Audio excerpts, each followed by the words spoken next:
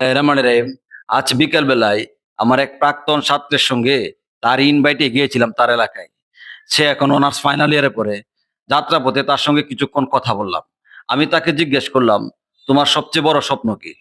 সে বলল, ভালো মানুষ হতে চাই, বাবা মায়ের মুখে হাসি ফোটাতে চাই। তার উত্তর শুনে মনে হলো, শিক্ষা শুধু বইয়ের পাতায় সীমাবদ্ধ নয়, শিক্ষা মানুষের স্বপ্নকে পথ দেখায়। আর একজন শিক্ষকের সবচেয়ে বড় অর্জন তখনই, যখন তার ছাত্র শুধু পরীক্ষা নয়, চরিত্র, সততা আর মানবিকতায়ও সফল হয়।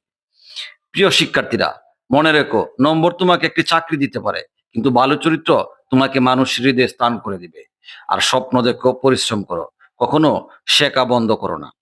শিক্ষক শিক্ষার্থীর সম্পর্ক শুধু শ্রেণীকক্ষের নয়, এটি স্বপ্ন গড়ার এক সুন্দর বন্ধন।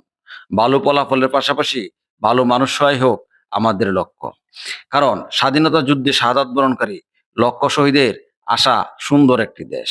আর এই দেশটি তোমরাই গড়তে পারবে।